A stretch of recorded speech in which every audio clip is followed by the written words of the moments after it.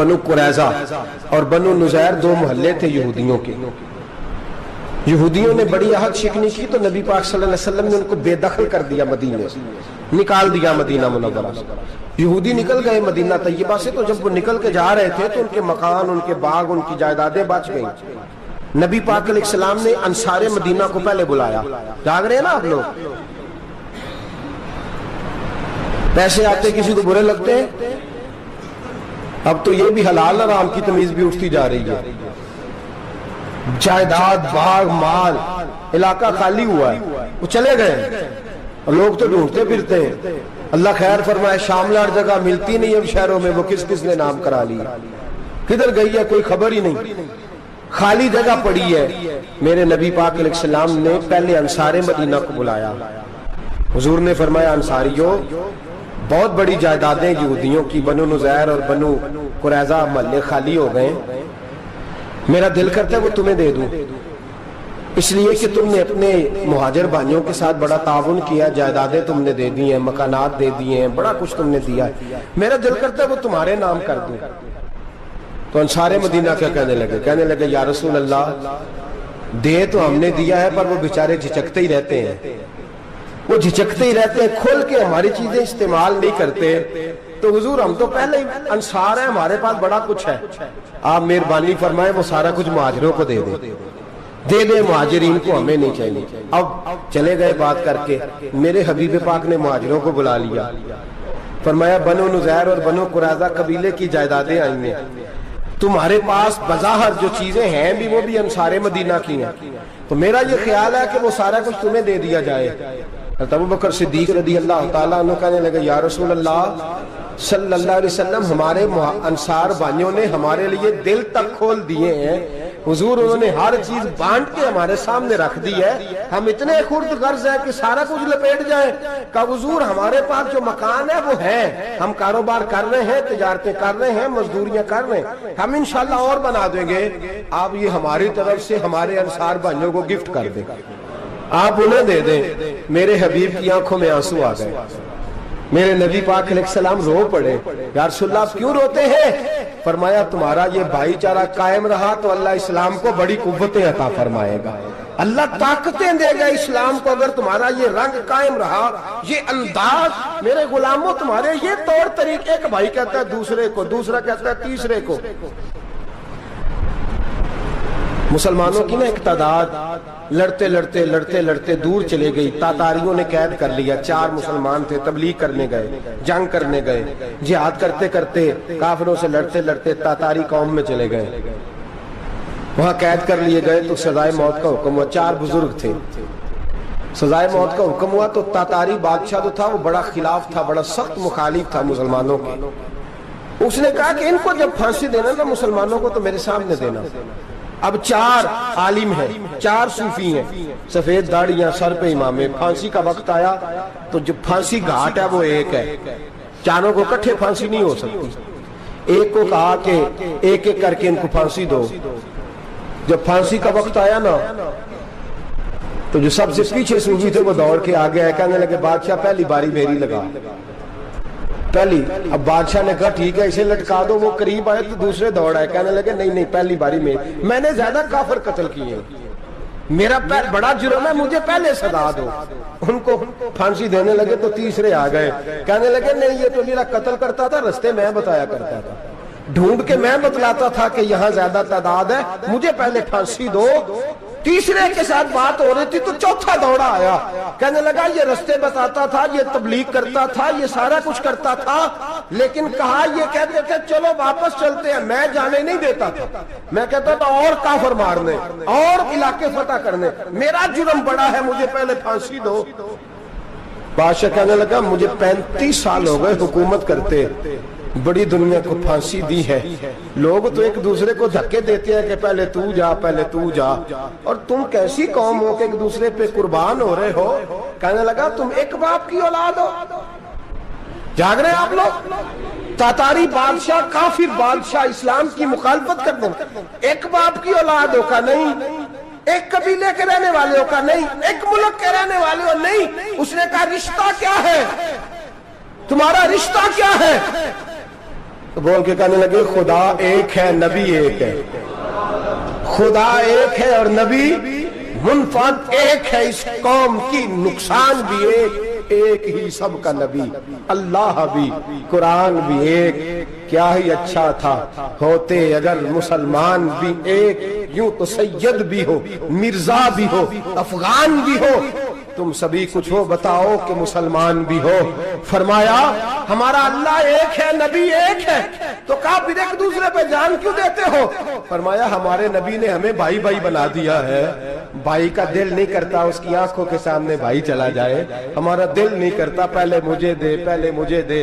بادشاہ کہنے لگا تمہارا جذبہ مجھے متاثر کر گیا، جاؤ میں تم چاروں کو آزاد کرتا ہوں، تمہیں آزاد کرتا ہوں۔ میرے دوستو یہ رنگ تھا، دیکھیں نا، یہ اس دھرتی نے نظام دیکھا ہے نا، اس فلک میں پہلی بار دیکھا، اس زمین نے پہلی بار، اور میرے حضرت صاحب فرمایا کرتے تھے زمین تڑپ کے روئی، اس نے پہلی دفعہ دیکھا۔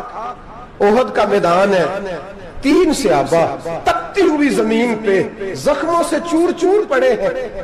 حضرت انس بن نضر رضی اللہ تعالیٰ عنہ پانی کا پیالہ لے کے پہنچے، ایک زخمی سے کہا تجھے پانی پلانا ہے، تو کہنے لگا میرے زخم تھوڑے ہیں، وہ جو ساتھ پڑا اس کے زخم گہرے ہیں، پہلے اسے پانی پلا دے، جا اسے دے دے۔ اس کے پاس پہنچے تو وہ کہنے لگا وہ مجھ سے پہلے گرا تھا، اس کا زخم زیادہ گہرا ہے، اسے پانی پلا۔ تیسرے کے پاس گئے تو کہنے لگا چوتھا تڑپ زیادہ رہا ہے، اس کی عمر زیادہ ہے، میں تو جوان ہوں برداشت کر رہا ہوں، بڑھاپے کی وجہ سے نڈھال ہو گیا، پہلے اسے پانی پلا۔ چوتھا کہنے لگا پانچویں کے پاس جا، پانچواں کہنے لگا چھٹے کے پاس جا۔ حضرت انس بن نضر کہتے میں رو پڑا، میں نے کہا محمد کے غلاموں، رسول نے تمہیں کیسا جذبہ دے دیا ہے، زبانیں پیاس سے باہر ہے لیکن تمہاری اخوت مرتے دم تک قائم ہے۔ کہتے میں 7ویں کے پاس گیا تو کہنے لگا اگر 6 قربانی دے سکتے ہیں تو مجھے خود غرض نہ سمجھ، میں نے نہیں پانی پینا، جا پہلے کے پاس لے جا۔ کہتے میں پہلے کے پاس آیا تو روح پرواز کر گئی، دوسرے کے پاس آیا تو روح پرواز کر گئی، میں 7ویں تک آیا تو انتقال کر گئے۔